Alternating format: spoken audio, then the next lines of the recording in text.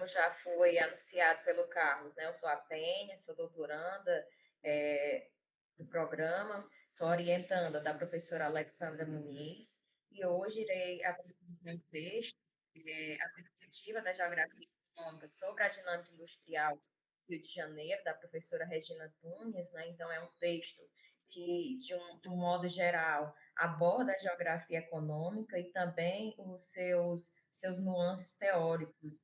A professora Regina vai essa geografia pela perspectiva industrialização e da reestruturação produtiva, tendo como foco de análise o Rio de Janeiro, né? Então, ela vai nos dar essa análise mais geral desses processos dentro da realidade nacional. Pode passar, Carlos. É um texto curto, né? Pequenininho, então eu vou tentar ser breve nas colocações em relação ao texto.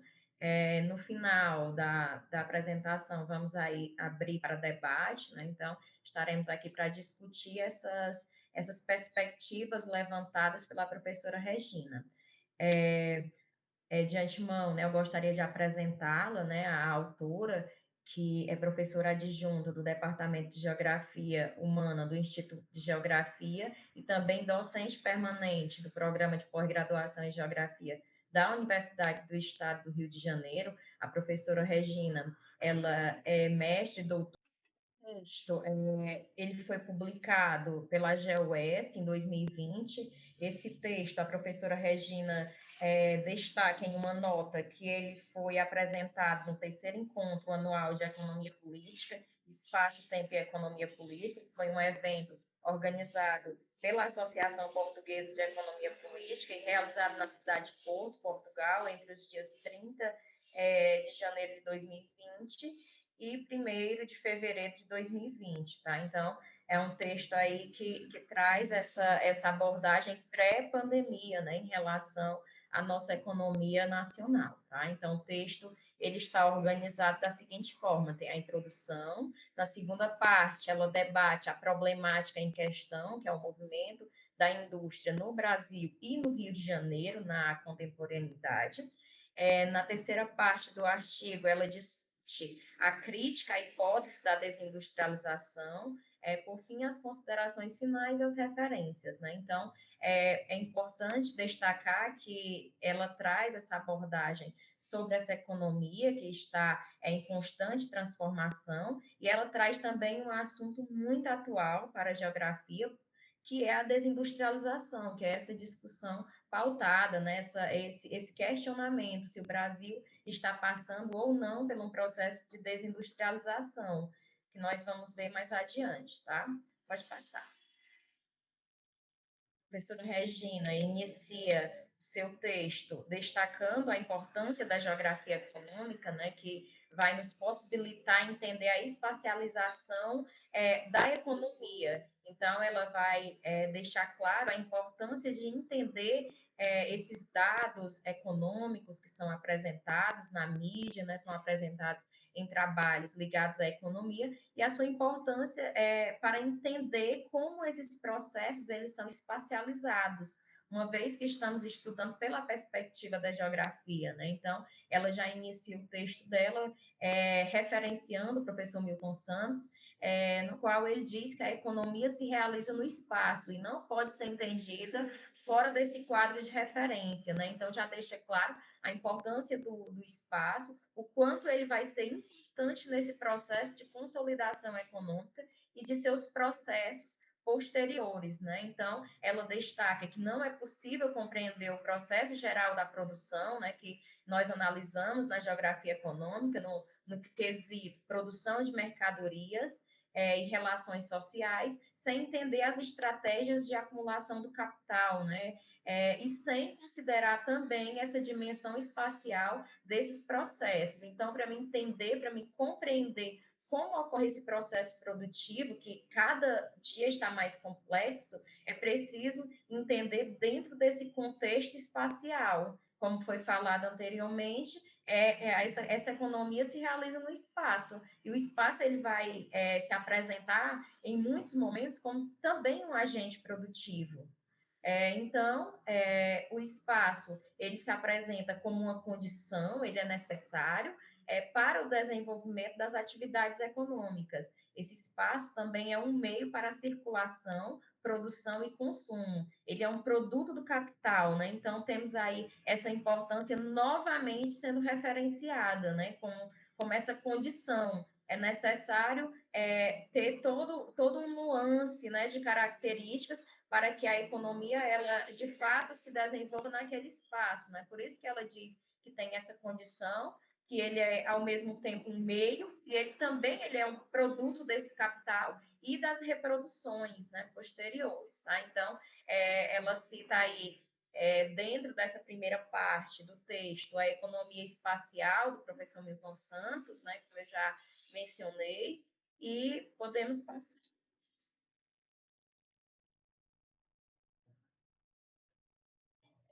Para entender esse movimento da indústria no Brasil e no Rio de Janeiro, a professora Regina ela também fala de triade histórica. Para me entender essa economia, eu preciso relacionar o espaço e eu também preciso relacionar o tempo. Então, esse tempo ele vai ter a sua importância e é também o que vai diferenciar as nossas análises geográficas das análises econômicas, né, que são realizadas, tá? Então, ela chama de determinantes históricos, que é essa triade histórica, né, dentre essas transformações que ela observou, que vai modificar a realidade econômica nacional e do Rio de Janeiro. Ela fala que as transformações associadas à reestruturação produtiva que desde a década de 70 tem provocado diversas mudanças na relação capital-trabalho em âmbito mundial, vão influenciar o que ela observou no Rio de Janeiro, o que observamos também dentro dessa realidade nacional, a reestruturação produtiva é entendida aqui como uma mudança no âmbito produtivo, essa mudança que vai inserir novos modos de produção, nova gestão, novas dinâmicas até então desconhecidas, tá? Então, a reestruturação produtiva vai trazer consigo também uma acumulação flexível, vai trazer consigo também uma produção cada vez mais dispersa pelo espaço geográfico, né? Então, ela vai dizer que o que ela observou no Rio de Janeiro vai estar relacionado também a essa reestruturação, essa mudança, esse processo de construção e desconstrução como disse o professor Soja, está lá na década de 90. A segunda triade histórica que ela delimitou foi a hegemonia das finanças como uma fração do capital dominante. Então, é quando o domínio sai do âmbito produtivo e vai aí em busca dessas finanças, nessa construção que é observada principalmente a partir da década de 70 aqui no Brasil, né? Essa mudança que ainda continua em curso, tá? Então, por fim, nessa triagem histórica, ele fala do processo de metropolização como uma expressão territorial da globalização. Então, podemos observar que ela fala de um processo amplo, que é a reestruturação produtiva. Ela cita como a reestruturação produtiva também vai influenciar mudanças no modo de organização desse capital e como também as finanças vão influenciar a produção de mercadorias desde a década de 70. E, por fim, ela cita o espaço, né, aí pelo processo de metropolização, tá? Pode passar, Carlos. O objetivo do estudo é debater, do ponto de vista das práticas espaciais, a dinâmica da indústria fluminense contemporânea, à luz do debate sobre o processo de desindustrialização do Brasil, a metodologia que ela utilizou foi a análise de dados primários e secundários. Ela fala que os dados secundários foram destacados aí, foram apresentados no sentido de entender a desindustrialização, ela vai tecendo aí alguns comentários, ela vai debatendo essa questão da desindustrialização a partir de indicadores, esses indicadores muito utilizados na economia, então ela já inicia aí o seu estudo a partir dessa perspectiva da desindustrialização, para enfim chegar no ponto de vista dela sobre tal processo. Os dados primários ela coletou a partir de trabalhos de campo, visitas, né, entrevistas semi-estruturadas, como ela fala. Esses trabalhos foram realizados entre 2017 e 2019, tá? Então, ela diz também que essa pesquisa faz parte de um projeto maior, né, de um projeto guarda-chuva, onde ela analisa a indústria do Rio de Janeiro. Então, voltando aqui para a questão da metodologia, as visitas técnicas e o trabalho de campo, né, que ela realizou foi feito na Federação das Indústrias do Estado do Rio de Janeiro, na FIJAM, na capital e em Resende, no Sindicato dos Metalúrgicos do Sul Fluminense, em Resende, no Sindicato das Indústrias de Vestuário, em Nova Friburgo, e também nas regiões de maior perfil industrial do Estado, onde ela delimita territorialmente a região metropolitana, serrana, Médio Paraíba e Norte Fluminense. Então, ela já vinha desenvolvendo esse trabalho para entender esse processo e também para entender a inovação nessas indústrias, tá? Pode passar. Na primeira parte do artigo, ela vai problematizar a questão do movimento da indústria no Brasil e no Rio de Janeiro, né? Então, ela já inicia aí debatendo sobre essa desindustrialização, lembrando que essa discussão da desindustrialização, ela chega na geografia dentro dessa perspectiva da geografia econômica, a fim de compreendermos, né, se de fato o Brasil está passando por esse processo ou não. Então, tentamos relacionar esse processo ao espaço e também ao tempo, né, para termos aí uma noção sobre essa questão da desindustrialização. Então, a desindustrialização, ela tem aí a sua base, né, na economia, como eu já mencionei, ela é mais consolidada, né, nas ciências econômicas.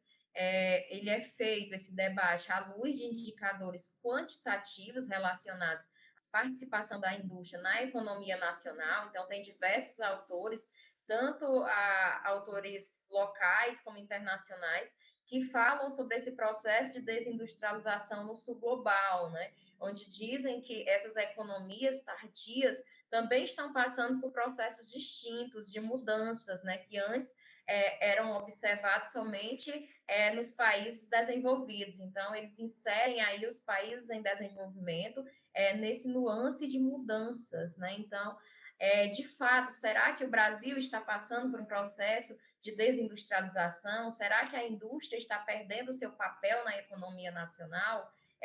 Os indicadores quantitativos dizem que sim, né? Mas a geografia econômica vem no sentido de entender os pontos qualitativos. Tanto é que a professora Regina já inicia o debate sobre a desindustrialização, destacando a opinião dela, né? Ela refuta essa opinião de que o Brasil estaria passando por um processo de desindustrialização. Então, para entender essa desindustrialização, os economistas utilizam alguns indicadores, para quem tiver interesse, né, o professor Wilson Cano, ele discutiu bastante essa questão da desindustrialização no Brasil, ele cita esses indicadores que confirmam, né, esse processo em andamento. Então, tem aí a queda na participação da indústria de transformação no produto interno bruto, né, no PIB. Outro indicador que é utilizado é a questão do valor de transformação industrial, a redução no volume de empregos registrados na indústria, número de estabelecimentos industriais e aumento das exportações de commodities, né? Então, tem aí todo esse panorama apresentado pelos economistas para consolidar esse fato, né? Esse processo de desindustrialização. Pode passar. A professora Regina traz aqui alguns dados sobre esse processo. Como ela falou no início do texto, né, ela tenta apresentar esses dados inicialmente pela perspectiva econômica, de fato, quantitativa, para depois discutir os aspectos qualitativos, tá? Então, ela traz aqui um gráfico onde apresenta a evolução da participação da indústria de transformação brasileira no PIB entre 1947 e 2016, né? Onde temos aí uma ascensão, né? Um aumento dessa participação da indústria, consolidando aí esse processo de industrialização, esse processo que vai ali até a década de 80, né? Quando inicia aí um processo de aumento e redução, e torna-se algo bem dinâmico, né, essa participação industrial. No entanto, é acentuada aí a partir de 2011, né, quando há de fato essa queda, essa redução significativa de participação da indústria no PIB nacional. Quando você observa esses dados, é possível identificar esse processo de fato de redução, né, de participação, e nos leva a questionarmos sobre o que de fato está acontecendo para que tenha ocorrido essa transição, né? No caso, saímos do setor secundário para o setor terciário, que passa a ter uma importância maior nesse processo. Pode passar, Carlos.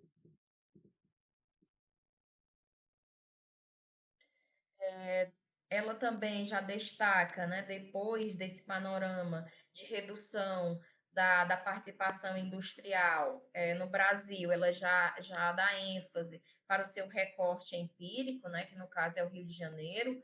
Ela diz que o estado do Rio de Janeiro, desde a década de 70, vem perdendo importância relativa na atividade industrial de transformação. Aqui eu vou dar ênfase, pessoal, para a questão da reestruturação produtiva e também para as mudanças que podemos observar a partir da década de 70 no Brasil, porque sabemos que a partir da década de 70 a reestruturação ela se consolida aqui no Brasil e há um processo de desconcentração e de novas mudanças na economia nacional. Então, muitas empresas passam por um processo de deslocamento territorial nesse período, tá? Então, ela deixa claro aqui no texto dela que em 1970 a indústria fluminense ela respondia por 15,7% da indústria brasileira, ficando atrás apenas do estado de São Paulo. Então, tinha-se ali digamos assim, estavam bem próximos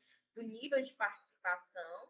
Na primeira década do novo século, o Rio de Janeiro ele é ultrapassado Minas Gerais, configurando como terceiro estado industrial. Então, tem-se aí uma nova mudança, né, nesse perfil da indústria do Rio de Janeiro, a partir da ultrapassagem, digamos assim, de outros estados que até então não tinham tanta participação no quesito industrial no Brasil. E em 2016, ela destaca que o Rio passou a ser o sexto maior estado industrial, passando aí de segundo na década de 70 para o sexto, com a participação relativa de 5,17%, né? Então, foi o menor valor historicamente do estado, sendo passado, né, naquele período pelo Rio Grande do Sul, por Santa Catarina e por Paraná. Então, há uma ressignificação nesse ponto de vista, né, quando observada aí essa redução de participação industrial no estado do Rio de Janeiro. Com a sua participação, né, tendo aí uma relevância nacional, né, ocupando o segundo lugar e passando a ser o sexto lugar nessa participação.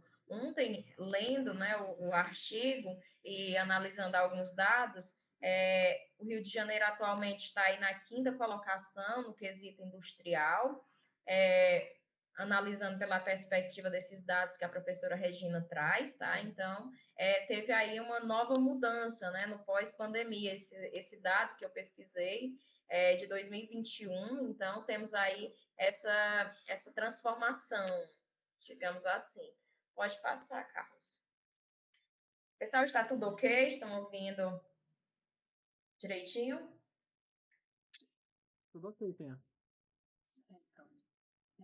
Em termos de estabelecimentos da indústria de transformação, que ela traz também o período de 2002 a 2017, então, nesse primeiro momento, ela traz essa participação industrial, essa participação no PIB, e também vai sugerindo aí informações, né, dados referentes aos indicadores utilizados para entender essa desindustrialização. Então, ela traz a questão dos estabelecimentos industriais, que ela percebe que de 2002 a 2015 houve uma redução, houve um crescimento no estado, né, no número de estabelecimentos industriais, mas que a partir de 2015 começa aí a registrar uma perda absoluta de estabelecimentos de natureza industrial. Então, a esse crescimento e a essa redução a partir de 2015, né? Então, entre 2015 e 2017, ela observou algo que foi além dessa redução, que foi o fechamento, né, de mais de 10 mil estabelecimentos industriais, ainda que em números absolutos, o primeiro período registra crescimento, ela destaca que a indústria fluminense ela perdeu espaço do ponto de vista relativo para outros estados brasileiros durante esse período. Essa redução ela também acompanha a dinâmica nacional de redução no número de empresas e também no número de empregos ligados à indústria. Pode passar, Carlos. Ela traz também uma tabela do crescimento do PIB por componentes entre 2014 e 2018. Ela destaca aí a indústria de transformação, que perde relevância dentro dessa realidade fluminense, tá? Então, em 2014 apresentou uma participação, um crescimento, na verdade, de menos 4,5, né? Em 2015 foi para 9,8, em 2016 9,4, em 2017 houve um crescimento, né, positivo aí de 1,8 e em 2018 de 2,6, tá? Então, ela apresenta essa comparação entre agropecuária, indústria, né, a indústria como um todo, a extrativista mineral, de transformação, CIUP e a construção civil e também os serviços, né, que, como nós vamos ver posteriormente, vai receber algumas demandas, e ela explica isso muito bem no texto. Pode passar, Carlos.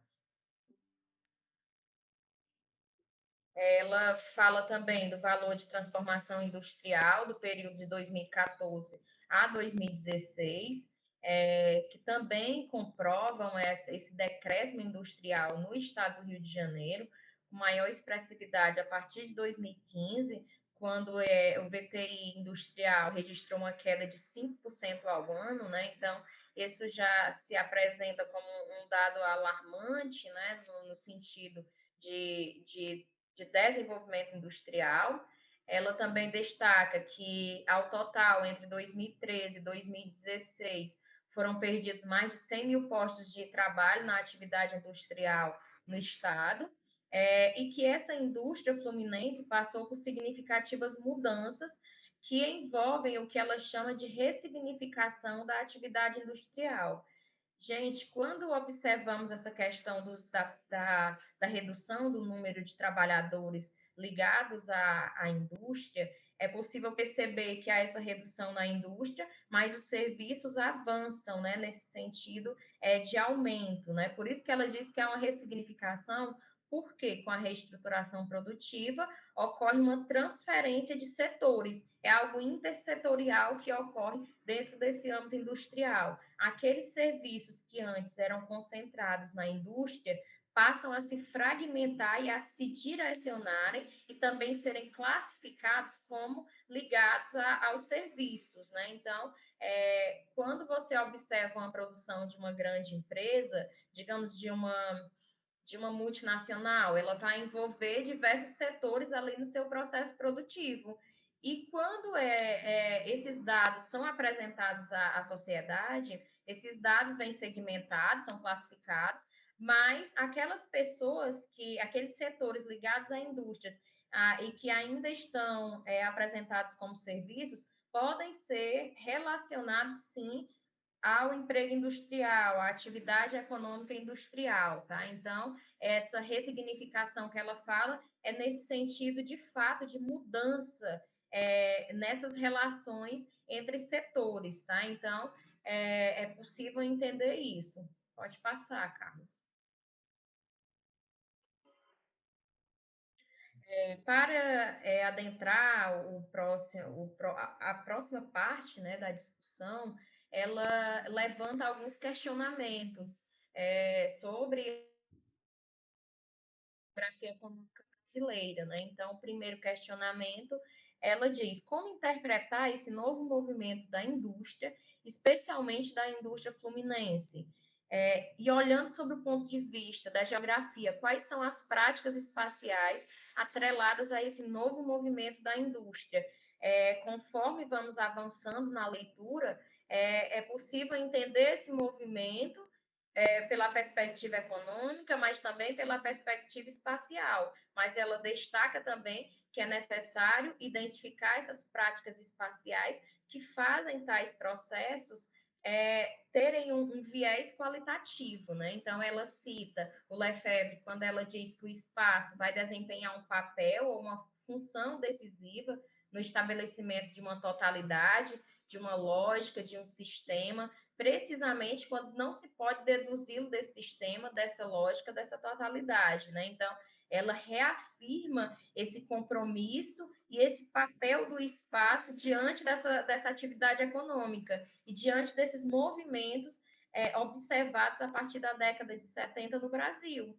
E no caso do estudo dela, a partir da realidade fluminense, né? Então, temos aí esse papel do espaço enquanto uma força produtiva, enquanto algo atrativo, algo que influencia o desenvolvimento de atividades econômicas. Pode passar, Carlos. Ela traz nessa parte do artigo, né, uma crítica à hipótese da desindustrialização. Eu já até antecipei algumas coisas que ela aborda, né, algumas abordagens dela sobre a desindustrialização, que para alguns está ocorrendo e para outros, né, no caso dos geógrafos, não está ocorrendo. Ela pensa em hipóteses para pensar esse movimento, como hipóteses, ela lança duas, né, no caso, a desindustrialização e a reestruturação da indústria e do espaço.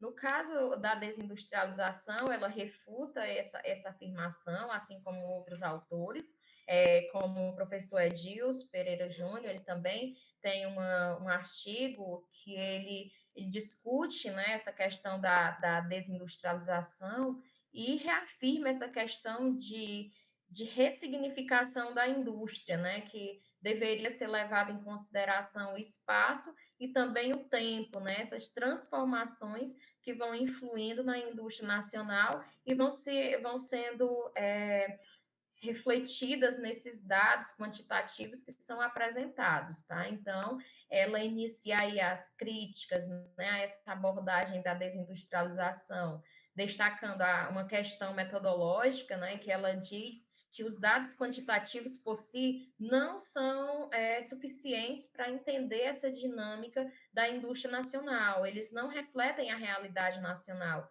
A realidade nacional perpassa, né, esses dados quantitativos apresentados, né, esses dados estatísticos. Então, é necessário abordar a realidade em sua dimensão espaço-temporal, né? Então, é preciso associar o espaço e o tempo nesse processo e nesses dados apresentados. Ela faz até uma crítica, né, que os dados são lançados em muitos estudos e não são discutidos, né, não são trazidos, não são incluídas as realidades, né, as diferentes realidades do Brasil, tá? Então, uma outra crítica que ela faz sobre o processo de desindustrialização é que as transformações produtivas, técnicas e gerenciais na indústria nas últimas décadas, no contexto do aprofundamento da reestruturação produtiva e a emergência da inovação, colocam em xeque o uso desses tradicionais dados da atividade industrial. Aqui ela já cita outros pontos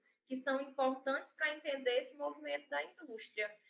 No caso, ela cita a reestruturação produtiva, que dentro desse contexto de reestruturação vai ressignificar novos setores, faz surgir novas dinâmicas, né? Como eu já citei, uma das principais modificações trazidas pela reestruturação produtiva é a produção flexível, é a segmentação da produção, é uma divisão territorial, uma empresa, né, que ela passa a atuar em rede ou redes de empresas, né? Então, temos aí essa mudança e também traz pela perspectiva da inovação, essa transformação que ocorre no sentido de consolidar a indústria e, consequentemente, a partir dessa consolidação, passa a ser refletido nesses dados que são apresentados. Então, é necessário entender essa transformação produtiva, essa transformação técnica e também do ponto de vista gerencial dessa indústria, né, que está se relacionando a esse contexto global de transformações. Pode passar, Carlos. Ela cita, né, alguns elementos para análise do movimento da indústria fluminense, né? Então, ela traz aqui alguns conceitos discutidos no âmbito da geografia econômica para entender essa mudança, né, essa transformação pós-1970 dentro desse âmbito da reestruturação produtiva, onde ela cita que há uma transformação na morfologia organizativa das empresas, a partir de Chesnay, Benko, Lipies, esses autores clássicos, né, da geografia econômica, e que essas transformações na morfologia, na estrutura da organização das empresas, vem aí permeada por adoção de estratégias flexíveis na organização da empresa, que passa a atuar em redes, né? Então, foi o que eu falei anteriormente.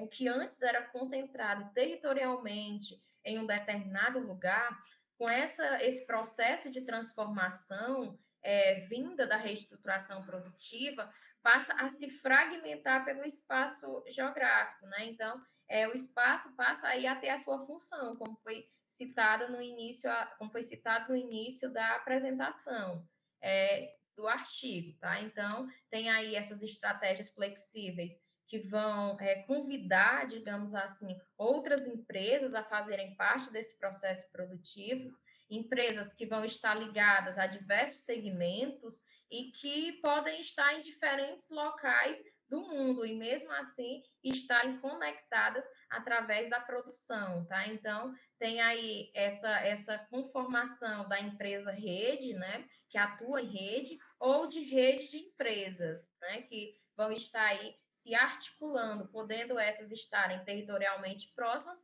ou territorialmente distantes, tá? Então, esse é um nuance dessa morfologia organizativa das empresas, né, trazida pela autora. Para além dessa transformação na morfologia, ela fala também da desintegração vertical, que, no caso, se apresenta como uma diferença, né, uma transformação que se dá no âmbito das etapas de produção, que não se efetivam mais na mesma empresa. Quando você vai observar outros ramos industriais, é possível identificar essa desintegração vertical a partir da segmentação produtiva, que a empresa ela passa, digamos assim, a terceirizar parte da sua produção para outras empresas. Então, ela não produz mais sozinha aquela mercadoria. E o processo, né, o fenômeno trazido dentro desse processo de desintegração industrial, né, vertical, é a reestruturação produtiva e as suas mudanças. Então, essas etapas, elas não se efetivam mais no mesmo lugar e nem tampouco na mesma empresa. Muitas vezes a empresa ela está ali somente para ver a questão da qualidade do produto, né? Ela manda os comandos, outras empresas produzem, e aquele produto retorna para dentro da empresa que iniciou, tá? Então ela está ali tendo seu papel de qualidade da produção, mas mesmo assim ainda leva a sua marca. Há também uma quase integração vertical dentro dessas mudanças.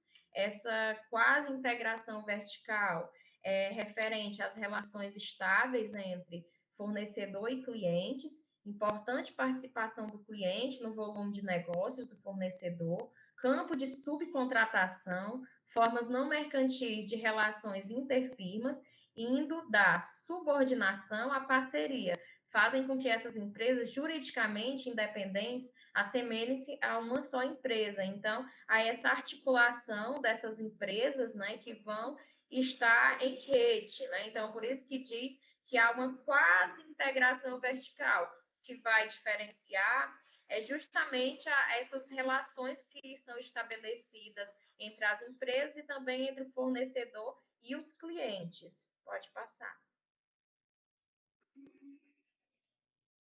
Ela também fala, a professora Regina, de uma terceirização do aparato produtivo, quando analisa, né, o que embasa esse movimento da indústria. Essa terceirização do aparato produtivo não diz respeito àquela terceirização da mão de obra, né, da produção em si, mas da relação entre as empresas nesse processo produtivo. E também ela fala da aceleração inovativa, né? Então, ela já fecha esses elementos para entender o movimento, citando a inovação, né? Que é o ponto de estudo dela. A inovação que vai se refletir também no espaço, que vai se refletir também nas relações estabelecidas no âmbito do trabalho. Então, a adoção dessas estratégias, como a subcontratação, as parcerias e a cooperação, multiplicou o número de empresas que, ainda que independentes, trabalham e produzem de forma subordinada à grande empresa, a partir da integração produtiva via tecnologias de informação e comunicação, ou por proximidade geográfica, né, como ela cita no texto. É como um setor da empresa responsável por uma parte do processo produtivo, funcionando como uma empresa juridicamente independente, externalizando a produção. Então, quando ela fala dessa terceirização do aparato produtivo, ela está falando de uma estratégia, essa subcontratação, essas parcerias, as cooperações entre empresas que vão estar trabalhando, mesmo que de forma independente, com o mesmo objetivo, né, para atender ali a grande empresa que está articulando as relações. Então, a terceirização sai desse âmbito do trabalho e entra de fato no âmbito produtivo, de cooperação, de trabalho em rede, né? Então, ela pode estar dentro do mesmo território, também pode estar distante, tá? Pode passar, Carlos. Já para trazer essa análise teórica dentro da realidade fluminense, né, do ponto de vista empírico, a professora Helena, ela realizou os trabalhos de campos, né, como eu falei, ela visitou algumas empresas e ela escolheu para discutir de modo mais pontual a empresa MAN Latin América, né, que no caso ela vai ter as constatações dela a partir da dinâmica empreendida pela AMAN, né, que no caso tem sua planta produtiva instalada em Resende. A MAN Latina América, ela foi criada oficialmente em 16 de março de 2009.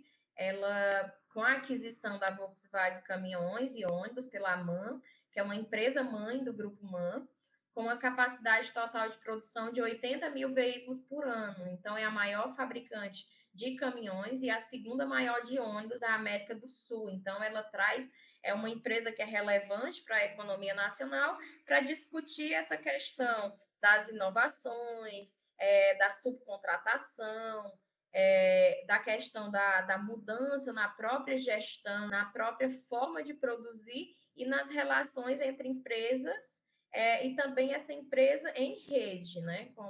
Como já foi mencionado.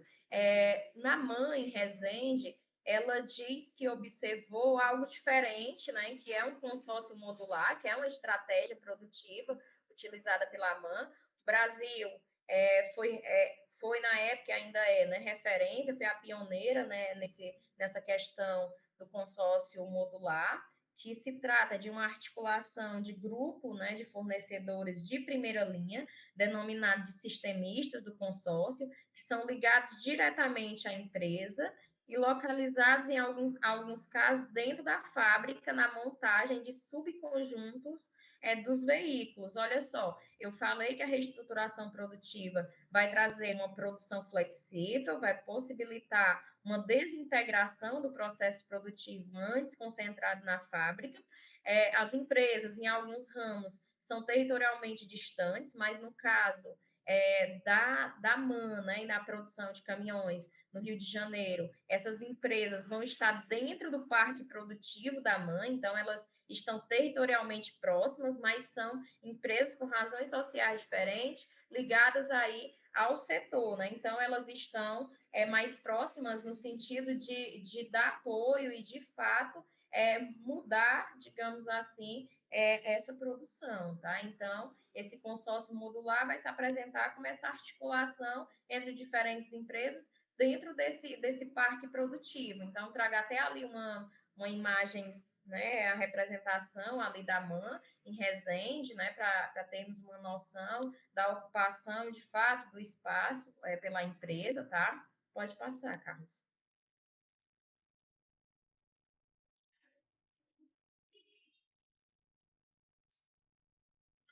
Ela identificou a existência de 6 sistemistas que operam parte do processo de produção da MAN, que, portanto, é descentralizado do ponto de vista organizacional. Ela fala descentralizado no sentido de que a produção ela não está segmentada dentro ali da planta, né, industrial em si, somente da MAN, mas ela chega em outras empresas, né, a partir dessa subcontratação de serviços, né, de produtos, de fato. Então, ela cita a questão que uma empresa é responsável pela montagem do chassi, que outra empresa já é a responsável pelos eixos de suspensão, a Raimon pelas rodas e os pneus, outra empresa está responsável pela produção dos motores, pela armação de cabine, já tem uma articulação com uma empresa distinta. A pintura, né, também é realizada por uma outra empresa, e o acabamento da cabine pela Continental, né, que também vai se caracterizar como outro grupo, né, que está atuando aí em relação direta com a MAN. Então, fica a cargo da MAN somente o controle de qualidade do produto. Observem que é produzido ali o caminhão, né, de acordo com o que a professora fala, dentro do parque industrial, e ele não precisa sair dos limites desse parque industrial para ser produzido. Ele é produzido dentro desses limites, né? Então, isso ela já identifica como uma característica de inovação dentro da realidade nacional. Então, ela comenta que há uma cooperação entre diferentes capitais que atuam em rede para a finalização do produto, denotando a adoção de uma desintegração vertical como parte de uma estratégia de produção, né? Essa desintegração, como eu já citei, essa fragmentação do processo, né? Que passa a sair dos limites daquela fábrica, dos limites organizacionais, e passa a adentrar em outras empresas a partir da produção, né? Mas sem deixar de destacar a importância da empresa mãe, né? Da empresa que está ali à frente dessa produção, embora seja ali em relação ao controle de qualidade. Pode passar, Carlos. Então, aqui ela já cita a questão dessa desintegração, que vai ser refletida na fronteira, né? Pode ser refletida nessa fronteira dos serviços e da indústria, né? Que ali aquelas empresas, muitas vão estar se caracterizando como serviços, né? Vão ser classificadas como serviços, mas atuam dentro do campo industrial. E isso já nos mostra aí um indicador de que o Brasil ele não está passando por um processo de desindustrialização, mas sim de ressignificação, como foi citado no início.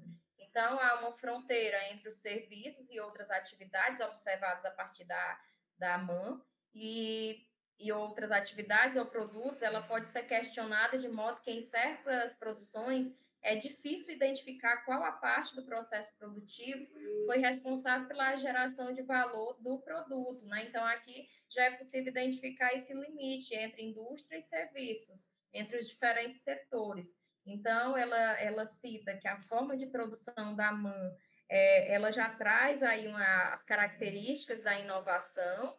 Ela diz que a inovação ela é entendida como algo implícito ao desenvolvimento das forças produtivas capitalistas, e ela só pode ser entendida, essa inovação, colocando em evidência as estratégias de acumulação do capital, como essas empresas elas agem para acumulação de lucros, né, para se manterem competitivas globalmente, tá? Então, ela cita também os principais tipos de inovações, no caso, há inovações de produto, há inovações de processos, inovações organizacionais e as inovações de marketing, né? Então, as empresas vão atuar dentro desses segmentos que ela identifica como transformações, como mudanças justamente que vão possibilitar aí o aumento da lucratividade, da competitividade e que vão significar também mudanças para a participação industrial no Brasil, tá? Pode passar, Carlos. Foi observado, a partir do trabalho de campo dela, parceria entre empresas e institutos, bem como órgãos de apoio, né? Ela cita a Firjan e Sebrae, que possui parceria aí com essas empresas que ela pôde visitar, e também as parcerias com universidades, institutos de pesquisas, prefeituras e o governo do estado, né, que vai estar dando um aparato aí para essas transformações, tá? Então, a inovação que é desenvolvida nas indústrias fluminenses tem, de acordo com os dados da pesquisa de inovação, o objetivo de diminuir os custos de produção, né, reduzir esses custos produtivos, que é de fato o foco principal das empresas, seja ela do ramo que for, né? O objetivo justamente é reduzir esses custos produtivos, né? Então, surge aí esse processo de inovação de fato para chegar a esse objetivo, sem perder de vista a questão da competitividade. Então, uma das formas apontadas pelas empresas é o enxugamento da força de trabalho, empregada na indústria, com a incorporação do maquinário automatizado, que é a inovação de processo, ou com novas formas de gestão da empresa via subcontratação da força de trabalho, que é uma inovação organizacional. Então, dentro da nossa realidade estadual, podemos também observar diversas inovações, né, a partir desse panorama que ela traz. A questão do maquinário, né, é possível perceber em muitas empresas que a mão de obra ela foi substituída, né? Inclusive, acho que foi em 2022, tivemos uma 2022, acho que foi 2022. Tivemos uma aula de campo junto à Geografia das Indústrias, com a professora Alexandra, que na Ipioca foi possível identificar isso, né? Que tem ali um maquinário mais moderno, que de fato se apresenta como uma inovação de processo, né? Uma vez que não precisa ali de uma mão de obra presente para o manuseio do mesmo. Então, também já se liga à questão da especialização, né, produtiva, tá? Então, tem também a questão da subcontratação da força de trabalho. No caso do meu foco de estudo, eu posso identificar essa inovação organizacional a partir da produção de calçados, que, no caso, é bem forte aqui no estado do Ceará, a questão da terceirização da produção, da precarização do trabalho, e que se caracteriza como um tipo de inovação que visa justamente reduzir os custos produtivos e manter essas empresas no mercado, né, atuantes e também competitivas e também lucrativas. Pode passar.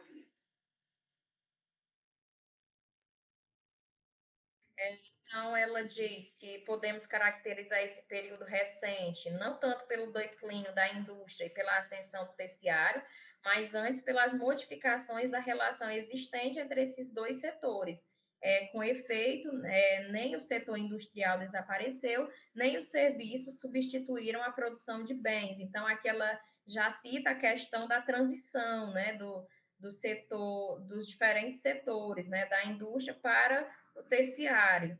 Então, ela diz que vai haver esse limite, né, com as mudanças em curso, você já não consegue mais identificar. E não houve uma redução da indústria, a indústria não deixa de ter a sua participação, mas eles estão ali em constante relação, né, entre esses setores. Então, ele cita, né, aqui o autor, que nem o setor industrial desapareceu e nem o de serviços vão substituir, né, a produção de bens. Há também essa integração, como eu já mencionei, entre os serviços e a indústria, como citado, o professor Edilson, nesse artigo que eu mencionei no início da apresentação, ele fala muito bem dessa integração do serviço com a indústria, quando ele diz que a desintegração possibilitou que aqueles setores antes atuantes na indústria passassem a atuar nos serviços. Tem um outro artigo também, que é de Eggs, se eu não estiver enganada, que é um economista da Unicamp, que ele fala da questão da desindustrialização pela perspectiva econômica, e ele fala que a economia ela passa por mudanças, né, por diversas mudanças que vão dando aos setores significâncias diferenciadas. Por exemplo, ele diz que durante muito tempo o setor primário da economia foi de extrema importância, mas devido à demanda e à produção, e também a busca aí pela redução de custos, a mão de obra passou aí para o setor industrial. E a indústria passa também pelo mesmo processo, absorve essa mão de obra, e depois ela deixa ela dispersa, né? E depois essa mão de obra passa a ocupar os serviços. Então, temos aí duas realidades, pelo campo da economia e pelo campo da geografia, né, no campo da geografia, enquanto essa transição de empresas que atendem à indústria e passam para o serviço, e no campo da economia, enquanto um processo comum de relevância dentro da realidade, como o Diegues fala no texto dele, sobre a desindustrialização. Então, ela critica o duplo processo de desindustrialização e também de reprimarização da economia brasileira. É uma outra pauta, né, que ela inicia ali a discussão, mas ela não aprofunda tanto, né? Ela só apresenta as críticas dela. A reprimarização vai se apresentar para algumas pessoas, para alguns estudiosos, como uma maior importância do setor primário para a economia. Então, é como se o Brasil ele estivesse, de fato, tendo uma maior importância no quesito setor primário, ao invés da indústria. E quando você observa outros dados, você percebe que não é isso, que nós não estamos retornando para uma realidade de início de industrialização brasileira. Não, de fato, estamos passando por mudanças, mas não estão ligadas a essa questão da reprimarização da economia, não. Então, há uma diminuição relativa da participação da indústria e um crescimento das atividades primárias no Brasil, onde essas pessoas, esses estudiosos, consideram que a exportação de produtos primários, né, como a soja, o café, a cana-de-açúcar, a laranja, a carne e o frango, dariam indícios, né, dessa reprimarização, como apresentado pela professora Regina. E sabemos que não ocorre isso, né? Essas mudanças, elas vêm de um contexto maior, elas se apresentam como algo diferente, algo vindo da indústria, de fato, e da ascensão desses serviços, mas não em detrimento da indústria. Pode passar. Então, já partindo aqui para as considerações finais do trabalho, a professora Regina destaca que é necessário considerar, na análise do movimento da indústria contemporânea, o contexto mais amplo de transformações com o aprofundamento da reestruturação produtiva e a inovação, que denotam significativas transformações na forma, na função e na estrutura industrial. Conforme vamos avançando na discussão, é possível entender e identificar essas transformações justamente na forma, na função e nessa estrutura industrial, que passa a ter um novo significado dentro dessa realidade. Ela constatou que o atual movimento da indústria deve ser interpretado como de reestruturação e não como de desindustrialização. Há embates, né, teóricos em relação à desindustrialização. Na geografia não é bem aceito esse termo, porque de fato não se leva em consideração seus aspectos qualitativos, não leva em consideração as mudanças organizacionais e foca somente em dados quantitativos. A forma de produção, ela constatou também que é flexível na produção do interior da empresa, em relação ao mercado externo e na organização do trabalho com o uso intensivo das TICs e força de trabalho qualificada, né? Dentro da realidade da MAN, ela identifica essa produção flexível. E essa produção flexível, ela se estende também até aqueles setores mais tradicionais, as empresas mais tradicionais que não absorvem tanto tecnologia, mas que mesmo assim conseguem mesclar essas estratégias produtivas. O que se apresenta no geral, que essa reestruturação parece que aproxima, conectando em rede, parte da produção industrial fluminense, nos imperativos dos fluxos mundiais de mercadorias da globalização. Então, ela fecha a discussão dela, dando ênfase, né, à reestruturação, que vai possibilitar essa conexão entre empresas que vão atuar em rede, seja ela redes em longas distâncias, ou aquela rede mais proximal, né, como foi observado na MAN, tá? Então, vai ser influenciado por esses imperativos da economia mundial, da produção de mercadorias e também da globalização. Agora temos aqui, pode passar, Carlos, as referências, algumas que eu trago aqui. Não abriu. Pronto, algumas referências que a professora Regina apresentou no texto. Então, no mais, essa foi a minha apresentação. Tentei buscar os pontos principais, porque o intuito era entender a desindustrialização, a reestruturação produtiva e uma realidade que surge como contraponto, né, às discussões levantadas na economia, tá? E a geografia econômica vai embasando aí a discussão a partir desses dados, né, que não é possível entender a economia sem, de fato, fazer uma leitura desses dados, mas também dar qualidade a esses dados, relacionar esses à realidade nacional. Obrigada, pessoal.